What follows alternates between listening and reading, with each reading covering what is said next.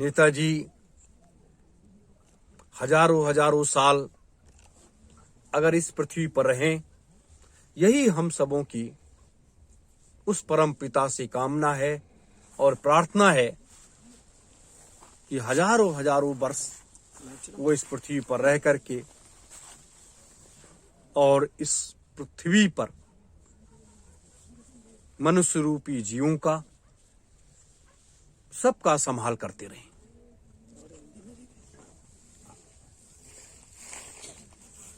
यह एक ऐसा विषय है नेताजी सुभाष चंद्र बोस का,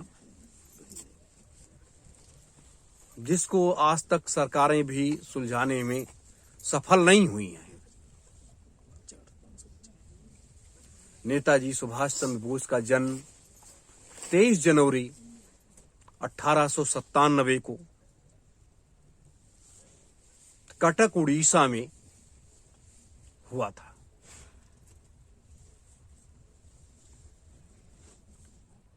उस समय अपना भारतवर्ष पूर्ण रूप से गुलाम था। ये भी एक बहुत बड़ी बात है। और उसी गुलामी की दास्ता को तोड़ने के लिए एक ऐसे महान कर्मयोगी का जन्म इस मृतलोक में हुआ।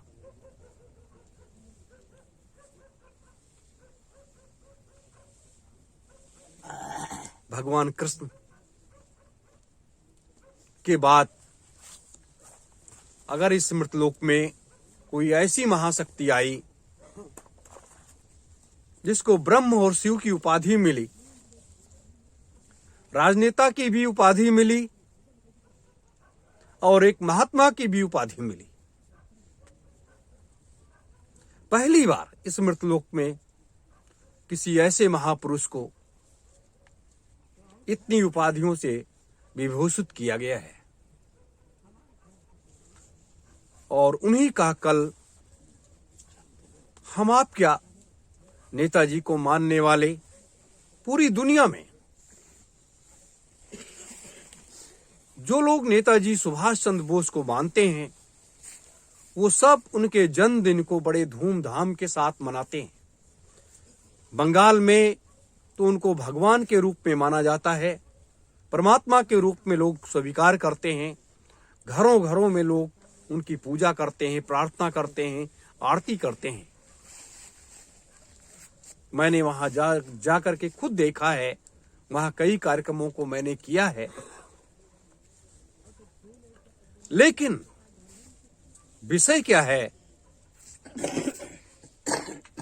कि नेताजी 18 अगस्त 1945 को मर गए हवाई जहाज दुर्घटना में। ये सरकार कहती है। हमारे देश के जितने भी राजनेता दिल्ली की या लखनऊ की कुर्सी पर बैठते हैं, वो लोग कहते हैं कि नेताजी सुभाष चंद्र बोस तो मर गए, और दुनिया की सरकारें कहती हैं कि नेताजी सुभाष चंद्र बोस जीवित हैं। हम आप कहते हैं कि उनके मरने का कोई सबूत नहीं है। और महान संत सम्राट सुभाष ही नेताजी सुभाष चंद्र बोस हैं, जो दुनिया की इस व्यवस्था को बदलने में आज भी लगे हुए हैं। आवाज नहीं। कल वो 126 वर्ष पूरा कर लेंगे और 127वें वर्ष में कल नेताजी 12:15 बजे दिन में प्रवेश करेंगे। तो 127वां वर्ष उनके जन्मदिन का लग जाएगा। हम आप सोचते हैं कि हम 50 साल में बूढ़े हो जाते हैं, 60 वर्ष में बूढ़े हो जाते हैं, और 126 वर्ष पूरा करने वाला व्यक्ति अगर वो जीवित भी होगा तो इतना बुजुर्ग हो गया होगा, वो क्या कर सकता है। यही बात हमें देश के और दुनिया के लोगों को समझाना है कि अभी उनको बहुत समय तक इस मृतलोक में रहना है। 127 वर्ष 26 वर्ष के होने के बाद आज भी वो एक 20 साल के नौजवान है।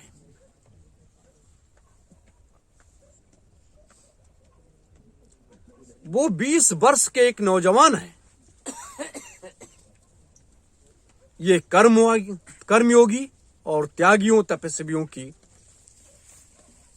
ये भूमि है और उसी भूमि पर उन्होंने त्याग और साधना के बल से अपने इस हाड़ मांस के शरीर को सुरक्षित रखा है। ये हम आप सबका परम सौभाग्य है कि ऐसी महाशक्ति के साथ हमें आप सबको काम करने का मौका मिला हुआ है। आज मैं अपने पूरे देश के भारतवासियों को नेताजी सुभाष चंद्र बोस के जन्मदिन के पूर्व संध्या पर सभी को बधाई देता हूं और ये आशा और विश्वास करता हूं कि अपने भारतवर्ष के प्रत्येक व्यक्ति नेताजी सुभाष चंद्र बोस को दीर्घायु होने की कामना करेगा और उस परम पिता परमात्मा से ये प्रार्थना करेगा कि नेताजी हजारों साल इस पृथ्वी पर रह करके और इस मानवता की रक्षा करते रहे। ये क्यों इसकी आवश्यकता है? आज जैसे इस समय हम आप सब बैठे हुए हैं, क्यों बैठे हुए हैं? एक उद्देश्य, एक संकल्प लेकर के बैठे हुए हैं कि धर्म के परिक्षेत्र में और राजनीति के परिक्षेत्र में एक नए रास्ते को बनाना है। धर्म के क्षेत्र में भी एक नया रास्ता बनाना है और राजनीति के में भी एक नया रास्ता बना करके तैयार करना है।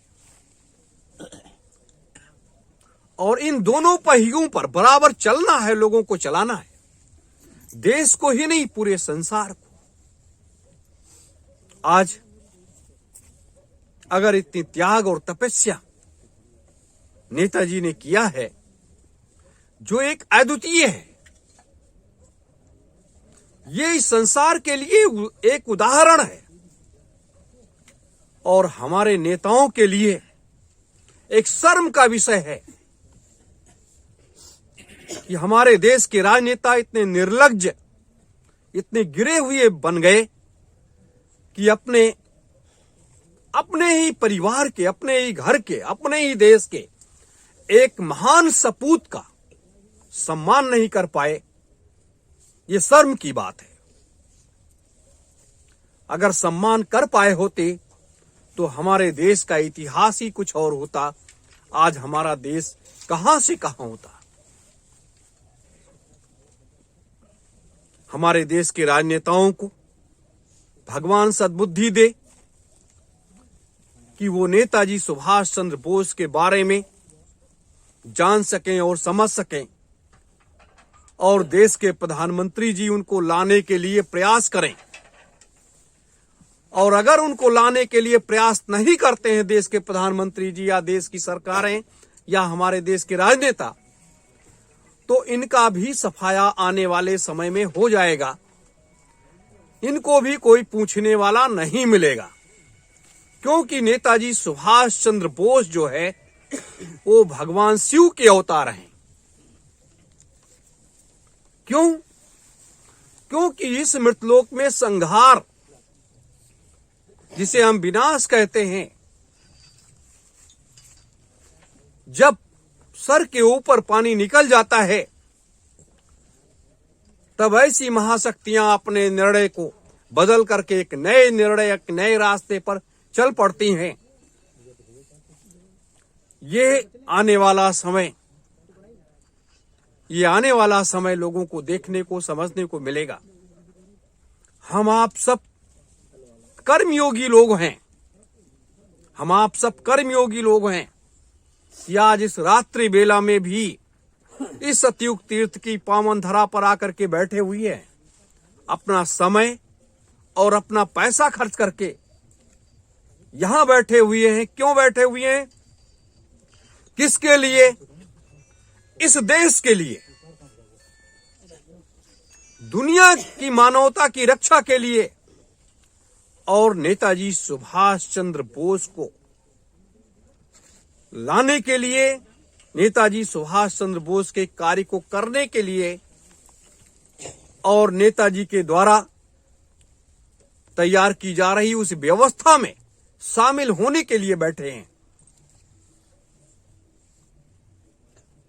इसी तरह से आगे के युगों में राम ने ऐसे किया, कृष्ण ने ऐसे किया, हजारों हजारों राष्ट्रभक्त क्रांतिकारियों ने इसी तरीके से किया।